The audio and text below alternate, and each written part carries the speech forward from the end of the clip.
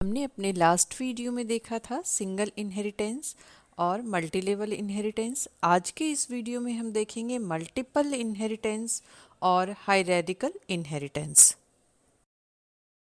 Multiple inheritance. In this type of inheritance, the derived class inherits from one or more base classes. When a class is derived from more than one base class, it is called multiple inheritance. The derived class inherits all the features of the base class.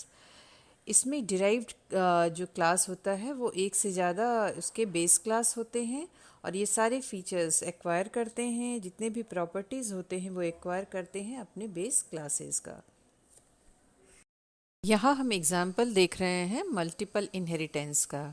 यहाँ पे हमने दो base class लिया है इस example में। एक class base one है और दूसरे क्लास का नाम हमने बेस टू रखा है, और एक हमारा डिराइव्ड क्लास है जिसका नाम हमने डिराइव्ड दिया है।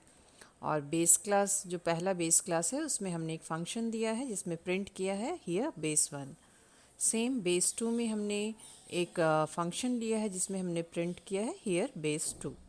और फिर डिराइव्ड क्लास हमने लिया है। अब यहाँ पे हम देखेंगे कि बेस क्लास जितने भी इसके होंगे उसका नाम हमें यहाँ पैरामीटर के रूप में रखना होगा। जैसे मान लीजिए इस क्लास का नाम है बेस वन और इस क्लास का नाम है बेस टू, तो यहाँ पे पैरामीटर जो भी इसके बेस क्लासेस होंगे उसका नाम हम सेपरेट करेंगे कॉमा से। और यहाँ पे बेस वन हमारा है कॉमा बेस टू। और इसके अंदर हमने डिराइव्ड क्लास के अंदर भी एक फंक्शन लिया है और जो प्रिंट कर रहा है हमारा डिराइव्ड क्लास। अब यहाँ पे हम ऑब्जेक्ट बनाते हैं D1 और ये हमारा डिराइव्ड क्लास का है ऑब्जेक्ट D1। अब इस ऑब्जेक्ट के थ्रू हम लोग फंक्शन B1 जो कि हमारा बेस वन का फंक्शन है उसे एक्सेस कर सकते हैं। सेम है बेस टू का भी फंक्शन को एक्सेस करते सकते हैं। साथ ही साथ अपने जो ये डिराइव्ड क्लास है इसके अंदर जो भी फंक्शन है उसको वो यूज़ कर सकता है। तो इस तरह से हम देखते हैं कि जो भी मल्टीपल आपका इनहेरिटेंस है उसमें आपके मल्टीपल पेरेंट होते हैं, और ये जो डिराइव्ड क्लास होता है ये चाइल्ड जो जिसे हम कह सकते हैं ये एक्वायर करता है सारे प्रॉपर्टी अपने बेस क्लासेस का। और यहाँ पे इस प्रोग्राम में जो आउटपुट हमारा आया वो है आपका ये here base one, here base two and derived class. हम एग्जाम्पल को प्रोग्राम के थ्रू देखते हैं। यहाँ पे हमने दो बेस लिया है और एक डिराइव्ड क्लास लिया है। डिराइव्ड क्लास के ऑब्जेक्ट के थ्रू हम सारे बेस क्लास और डिराइव्ड क्लास को देख सकते हैं फंक्शन को उसके। Hierarchical inheritance. In this type of inheritance, the base class is inherited by more than one class. When more than one derived classes are created from a single base, it is called hierarchical inheritance. Hierarchical inheritance में एक से ज़्यादा derived class होते हैं एक base class के, यानी कि एक पेरेंट के एक से ज़्यादा चिल्ड्रन हो सकते हैं। और ये जितने भी डिराइव्ड क्लासेस होंगे बेस क्लास के वो सारे प्रॉपर्टी एक्वायर करेंगे अपने बेस क्लास के। और लेकिन साथ ही साथ हमें ये समझना होगा कि ये जो भी डिराइव्ड क्लासेस हैं ये एक दूसरे से इंडिपेंडेंट है। जैसे मान लीजिए ये डिराइव्ड वन है तो ये जो है ये सारे प्रॉपर्टी एक्वायर करेगा ये बेस क्लास का, और ये डिराइव्ड टू से बिल्कुल ही इंडिपेंडेंट होता है।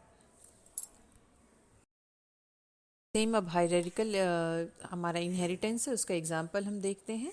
यहाँ पे हमने एक पेरेंट क्लास दिया है और उसमें दो चाइल्ड लिया है, और पेरेंट क्लास के अंदर एक फंक्शन लिया है जिसमें हमने प्रिंट किया है दिस इज़ बेस। और चाइल्ड क्लास जो फर्स्ट हमारे डिराइव्ड क्लास है उसमें हमने प्रिंट किया है दिस इज़ चाइल्ड, इसके अंदर ये फंक्शन है। और चाइल्ड टू के अंदर हमने एक फंक्शन लिया है और जिस जो प्रिंट कर रहा है दिस इज़ चाइल्ड टू।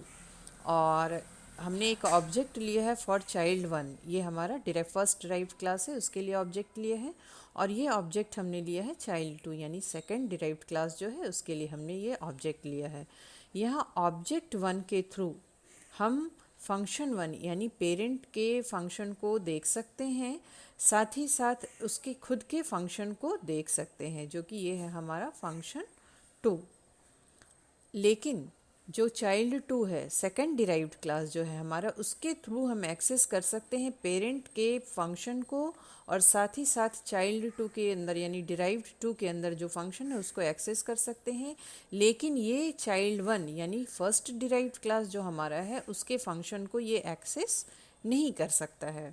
और इस जो हमारा प्रोग्राम है उसके थ्रू जो हमारा आउटपुट आया है दिस इज़ बेस, क्योंकि ये फर्स्ट चाइल्ड ने पहले एक्सेस किया फंक्शन 1 जो कि पेरेंट का है और ख़ुद के फंक्शन को ये एक्सेस किया है, और साथ ही साथ जब ये दूसरा हमारा ऑब्जेक्ट है जिसने कॉल किया फंक्शन 1 को जो कि पेरेंट का फंक्शन है और ख़ुद का वो फंक्शन है, लेकिन ये डिराइव्ड 1 के फंक्शन को कॉल नहीं कर सकता है। सेम प्रोग्राम को इसमें देखते हैं। यहाँ पे हमने पेरेंट लिया और उसके 2 चाइल्ड हैं और हमने दोनों के लिए ऑब्जेक्ट, दोनों चाइल्ड के लिए ऑब्जेक्ट क्रिएट किया है और उसमें पेरेंट और ख़ुद के फंक्शन को कॉल किया है, और ये हमारा इसका आउटपुट आया है।